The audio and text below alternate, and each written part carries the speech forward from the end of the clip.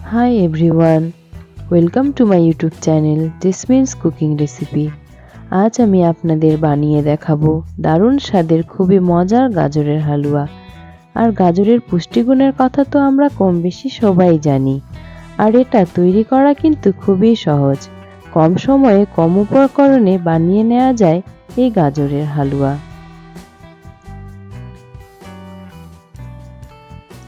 একটি প্যানে 1 চা চামচ ঘি দিয়ে হালকা গরম করে নেব।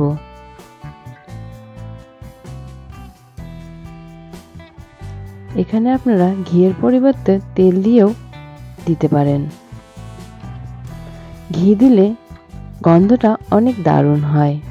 আগে থেকে গ্রেট করা গাজরগুলো দিয়ে দিব। এখানে আমি গ্রেটার দিয়ে গাজরগুলো গ্রেট করে নিয়েছি। আপনারা চাইলে সিদ্ধ করে পাটায়ও বেটে নিতে পারেন বা বটি দিয়েও কেটে নিতে পারেন।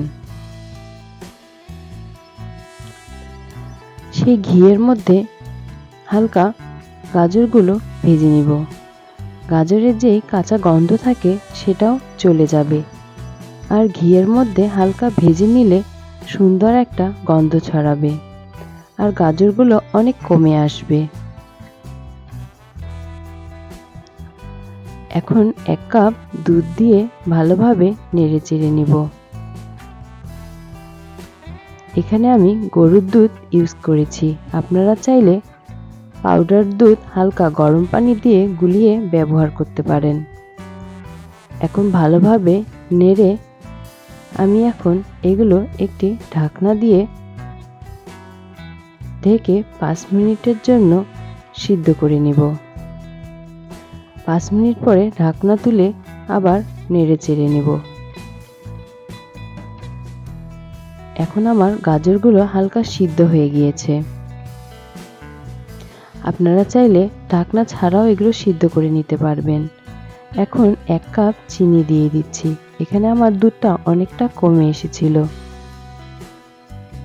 এটা পুরো হাই ফ্লেমেই করতে হবে, না হলে গাজর থেকে অনেক পানি বের হয়ে আসবে। এখন আমার চিনি, দুধ ও পানিগুলো অনেক টেনে এসেছে। এখন 1/2 কাপ গুঁড়ো দুধ দিয়ে ভালোভাবে নেড়েচেড়ে মিশিয়ে নিব। গুঁড়ো দুধ দিলে হালুয়ার স্বাদ অনেক বেড়ে যায়। আপনারা অবশ্যই চেষ্টা করবেন গুঁড়ো দুধ দেওয়ার। ভালোভাবে গুঁড়ো দুধগুলো নেড়েচেড়ে মিশিয়ে নিচ্ছি। আপনারা যদি একটু দানা দানা রাখতে চান তাহলে দানা দানাও রাখতে পারেন। এখন কিছু বাদাম কুচি দিয়ে দিচ্ছি। এখানে আমি কাঠবাদাম ও কাজু বাদাম দিয়েছি। আর কিছু কিশমিশ দিয়ে দিলাম। 1/2 চা চামচ এলাচ গুঁড়ো দিয়ে ভালোভাবে মিশিয়ে নিচ্ছি। আমার হাতের কাছে এগুলো ছিল, আপনারা চাইলে চীনা বাদামও দিতে পারেন। এখন সব উপকরণগুলো ভালোভাবে মিশিয়ে নিচ্ছি। সবার শেষে আমি এখানে 1/2 চা চামচ ঘি দিয়ে ভালোভাবে মিশিয়ে নিব।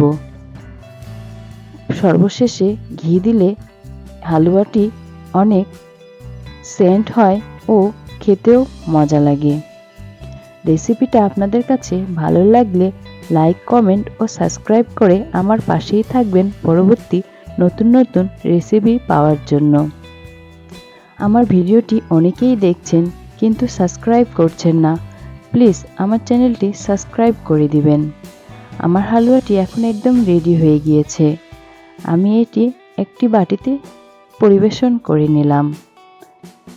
আমার এই ভিডিওটি দেখে আপনারা খুব সহজেই এই হালুয়াটি তৈরি করে নেবেন। এই হালুয়াটি দেখতে যেমন, খেতেও দারুণ এবং অনেক লোভনীয়। এটি খুব সহজে তৈরি করে নেওয়া যায় বলেই আমরা খুব তাড়াতাড়ি ঘরে এটি তৈরি করে নিতে পারি। আপনাদের সকলকে অসংখ্য ধন্যবাদ।